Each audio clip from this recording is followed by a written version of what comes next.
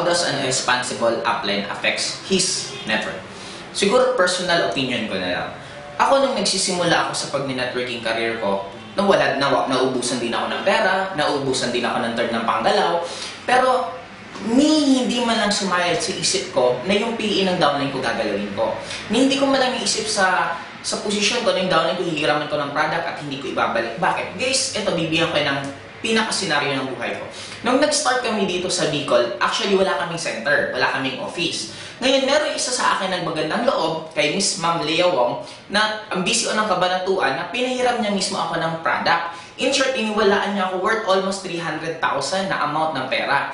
Dumadating sa point na nag-network ako, pero wala na akong pera, pero meron akong product na pinapaikot, may center akong hinahandle, pero minsan doon hindi ako kumuha malang kahit piso, kahit 1,000, kahit hindi ako gumalaw. Bakit? Kasi para sa akin, hindi ko yung pera. Just like sana sa inyo, kung may hawak kang PE ng downline mo, hindi yan sa'yo. Hindi mo rin pwedeng i-justify na hawak mo yung pera, biglang nagkaroon ka ng family matters, may emergency sa bahay nyo, still hindi mo siya pera, wala kang karapatan dapat galawin yon.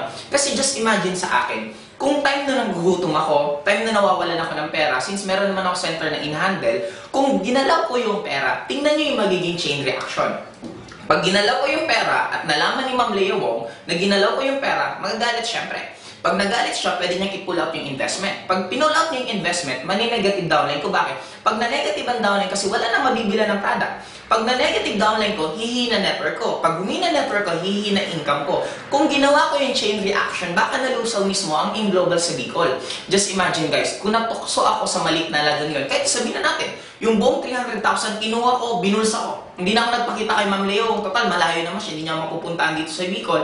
Guys, yung kinikita ko ngayon, araw-araw, yung 4 kong sasakyan, yung naging travel ko sa iba't ibang countries, yun yung lahat na nasakripisyo dahil lang sa 300,000. Kaya ito lang tatanungin ko sa'yo. Kung ikaw yung tipong networker na medyo natutokso ka rin pagdating sa pera ngayon, ito lang tanungin mo sa sarili mo. If you think that is your worth, kung para sa'yo yun na yung worth mo, then okay lang, kunin mo yan.